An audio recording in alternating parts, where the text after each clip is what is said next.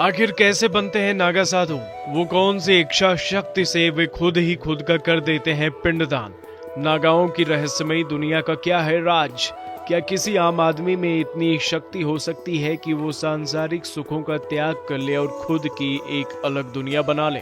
इतिहास में ऐसे कई गौरवपूर्ण युद्धों का वर्णन मिलता है जिनमें 40,000 से ज्यादा नागा योद्धाओं ने हिस्सा लिया। अहमद शाह अब्दाली के मथुरा वृंदावन के बाद गोकुल पर आक्रमण के समय नागा साधुओं ने उसकी सेना का मुकाबला करके गोकुल की रक्षा की थी। पर इस अदम्य साहस और वीरता के पीछे का कारण क्या है? आखिर किस प्रेरणा की बुनियाद पर ये बन जाते हैं नागा साधु? इन वीरों के कई किस्से हैं जिनकी बुनियाद पर आज सनातन धर्म की ध्वजा पूरे विश्व में लहरा रही है। पर कैसे होते हैं ये नागा साधु? हमेशा बेधड़क रहने वाले इन नागाओं की जिंदगी जीने का तरीका कैसा है?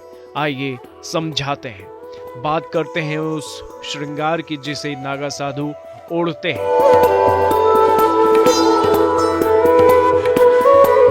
जिसमें लंगोट, भभूत, चंदन, पैरों में कड़ा, पंचकेश, अंगूठी, फूलों की माला, हाथों में चिमटा, माथे पर रोली का लेप, डमरू, कमंडल, गुथी हुई जटा, तिलक, काजल, हाथों का कड़ा, विभूति का लेप, रुद्राक्ष मुख्य रूप से शामिल होते हैं।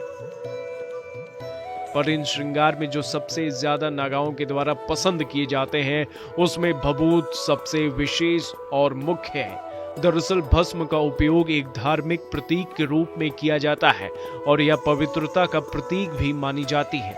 भगवान शिव के भक्त होने के कारण नागा साधु चिता की राख या धुनी की राख को अपने शरीर पर लगाते हैं। यह उन्हें नकारात्मक ऊर्जा से बचाता है और मानसिक शांति प्रदान करता है।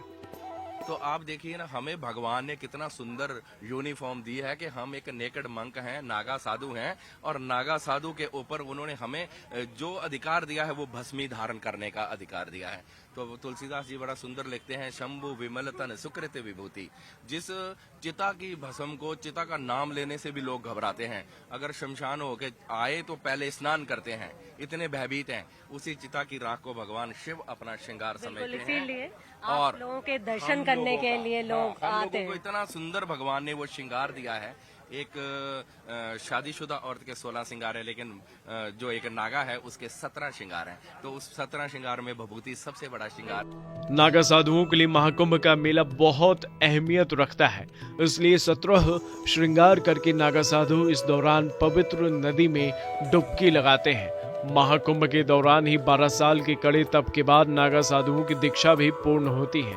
नागा साधु महाकुंभ में तब डुबकी लगाते हैं जब उनकी साधना पूरी होती है और उनका शुद्धिकरण हो चुका होता है। इससे ठीक उलट आम लोग गंगा नदी में डुबकी लगाने के बाद शुद्ध होते हैं।